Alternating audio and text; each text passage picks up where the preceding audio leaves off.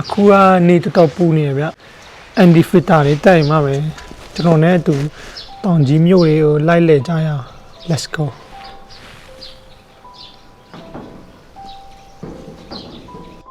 တောင်ကြီးကိုရောက်ရင်အရင်ဆုံးကျွန်တော်ကတော့စံကယ်လေးနဲ့မြို့လေးကိုလဲပြီးပတ်စီးစိတ်ချင်ပါတယ်ဗျဘာဖြစ်လို့လဲဆိုရင်ဒီတောင်ကြီးရဲ့တာယာလာတဲ့အရာတွေဥတုနဲ့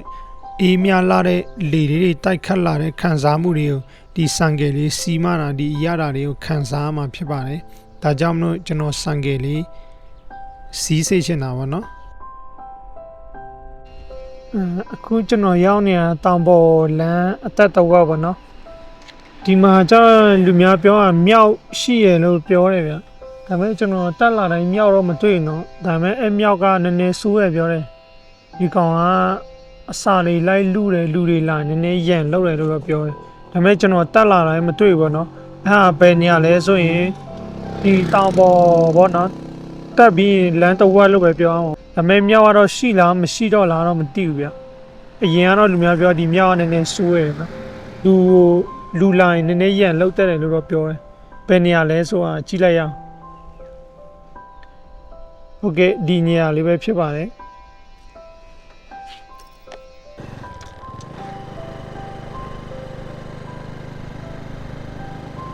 ဒီနေရာဟာကျတော့လေကြည့်မလားတောင်ကြီးသားတွေကမနက်ခင်းဆိုစပိန်လာစီးနေနေရတာစပိန်စီးတော့လည်းတော်ကောင်းတယ်ပြီးရင်စီးရလည်းတော်မိုက်တာပေါ့နော်မနက်ဒီတောင်ပေါ်စပိန်လာစီးမဲ့ဆိုရင်လေကောင်းလေတန်းလေရှူရမယ်ဗျတကယ်မိုက်ဒီတောင်ပေါ်လေနဲ့ဒီမြို့တွေကလေနဲ့မတူဘူးဗျကွာတယ်ဗျသူခါကျတော့လေတော်လေးကွာတယ်မနက်ပိုင်းအချိန်ရမယ်ဆိုရင်တော့စပိန်စီးရပဲဖြစ်ဖြစ်လမ်းလျှောက်တာဖြစ်ဖြစ်ပြေးတာပဲဖြစ်ဖြစ်ပေါ့နော်ဒီတောင်ပေါ်မှာလာလောက်မဲ့ဆိုရင်ရှယ်ပဲကျွန်တော်တော့တောင်ကြီးမဆိုတော့အမြဲတမ်းလောက်ဖြစ်တယ်ဗျဒီတောင်ပေါ်စပိန်စီးလာတယ်တို့မို့ကြရင်စပိန်မစီးလမ်းလျှောက်တို့မို့ကြရင်ပြေးတာပေါ့နော်အားကစားတစ်ခုခုတော့ဒီတောင်ပေါ်မှာလာလောက်တယ်ဗျတော်လေးမိုက်တယ်ဒီတောင်ပေါ်ကလေသူ့ feeling ကတော်မိုက်တယ်โอเคစကားပြောရလဲကြားပြီဆိုတော့ရှုခင်းလေးလိုက်ကြည့်လိုက်အောင်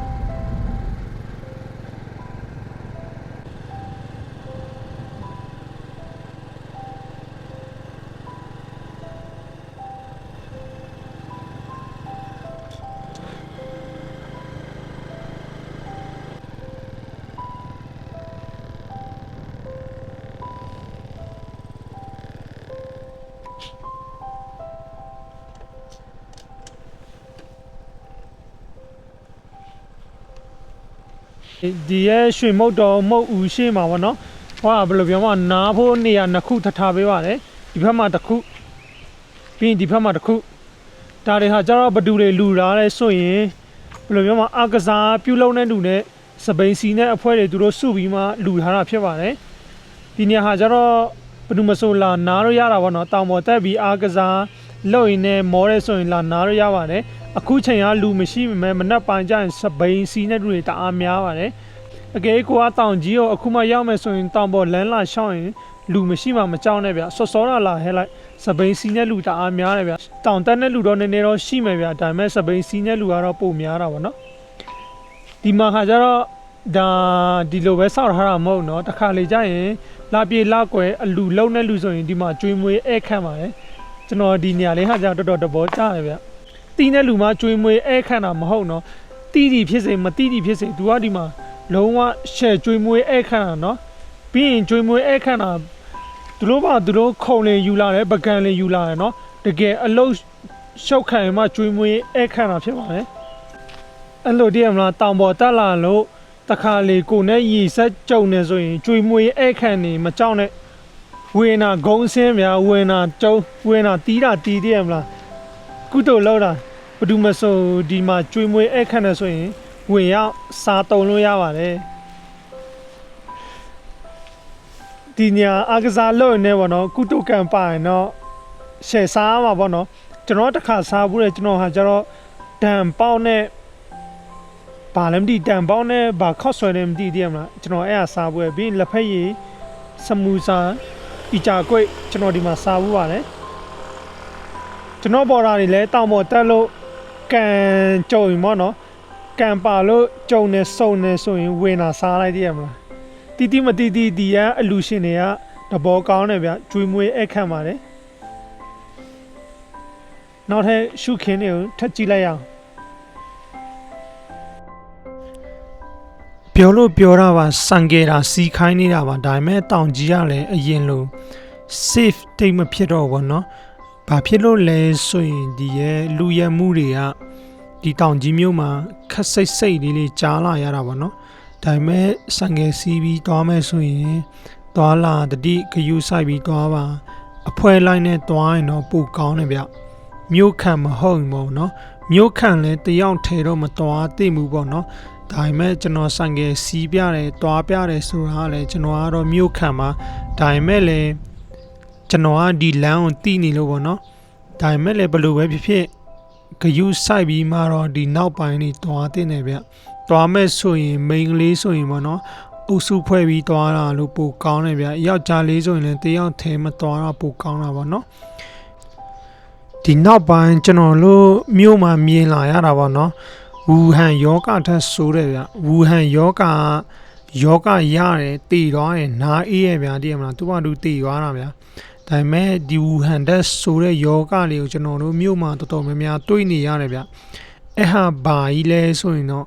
slot game ပေါ့နော်အများခေါ်ဝေါ်ခါကျတော့ကျွဲ game ပေါ့နော်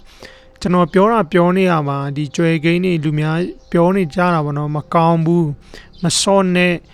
ငွေတွေအများကြီးလိန်ခံရမယ်ရှုံးမယ်ဆိုလဲလူတိုင်းရတည်ရမလားဒီဟာရို့စော့နေကြတာဗျာလူကြီးရောလူငယ်ရောလူလက်ပိုင်းတွေရောတည်ရမလားကျွန်တော်သွားတဲ့နေရာတိုင်းမှာစော့တဲ့လူကအများကြီးရှိနေတယ်ဗျကျွန်တော်အထင်ပြောရရင်ပေါ့နော်ဝူဟန်ထက်ဆိုတဲ့ယောဂလို့ပဲကျွန်တော်ပြောရမလားမသိဘူးတည်ရမလားဝူဟန်ဖြစ်သွားရင်ပြီးသွားပြီဗျာတည်သွားရင်နာအေးရတည်ရမလားဒီကောင်ခါကျတော့ဖြစ်ပြီးသွားကြရင်ပြတ်ပြီးကြရင်မိသားစုပါဒုက္ခပြီးမဲ့အမျိုးစားတွေပါတယ်ဗျကျွန်တော်အမြင်ပေါ့နော်ကျွန်တော်တငယ်ချင်းတွေရောဒီရဲ့လောင်းကစားဂိမ်းတွေကျွဲဂိမ်းတွေရောဘယ်လိုမြင်လဲဗျတချို့လူကပြောကြမှာပေါ့နော်တောင်ကြီးမျိုးကလူရမှုတွေဖြစ်လာတယ်ပြီးကြရင်အသက်အန္တရာယ်လည်းရှိလာပြီးစိတ်မဖြစ်တော့ဘူးပေါ့နော်တကယ်ကတောင်ကြီးမျိုးနဲ့မဆိုင်ဗျကျွန်တော်လို့လူသားတွေကပဲလောက်တာပေါ့နော်ဒီလူသားတွေကပဲလူသားကိုပြန်လောက်တာပေါ့နော်စာနာထောက်ထားစိတ်တွေမေတ္တာစိတ်တွေမရှိတော့လို့ဒီလိုတွေဖြစ်တာပေါ့နော်တောင်ကြီးမျိုးကတော့အရင်တိုင်းမှာပဲလူတွေရဲ့အကျင့်စာရိတ္တတွေကပျက်စီးသွားကြတာပါစာစုကရေးထားတဲ့စာလေးရှိရနော်တောင်တန်းကိုကြိုင်တဲ့လူတွေကနှလုံးသားကြီးပါတယ်တဲ့ပြီးကြတော့ပင်လယ်တွေကိုကြိုင်တဲ့လူခါကျတော့အုံနောက်ကြီးတယ်တဲ့နော်ဒါကြောင့်မလို့လားမသိကျွန်တော်အနေနဲ့တောင်ပေါ်သားတရားပေါ့နော်ချစ်ပြီးဆိုရင်ဒါချစ်တတ်တာဗျာဒီလားလူများနဲ့မတူအောင်ချစ်တတ်တာဗျာဒါပေမဲ့မသိပါဘူးလေတည်ရမလားဘယ်လိုပဲတောင်တန်းကိုပဲကြိုက်ပင်လယ်ကိုပဲကြိုက်တည်ရမလားဒီရဲ့အချစ်လောကထဲမှာတအားကြီးချစ်တတ်တဲ့လူရှိတယ်လို့မချစ်တတ်တဲ့လူလည်းရှိပါတယ်ဗျဒီစာသားတွေကတော့ကျွန်တော်တဘောကြတော့ဗောနော်ကျွန်တော်အမြင်ကတော့ဒါဟာကျတော့ဒီရဲ့ကိုတောင်တန်းလေးကြိုက်တယ်ပင်လယ်တွေကိုကြိုက်ရနဲ့မစုံဖြတ်ပဲနဲ့သူရဲ့အတိုင်းဝိုင်းလူနေမှုနဲ့မူတည်ရလို့ပဲကျွန်တော်ထင်ပါတယ်ဗျကျွန်တော်တငယ်ချင်းတို့ဘယ်လိုတဘောရလဲဗျ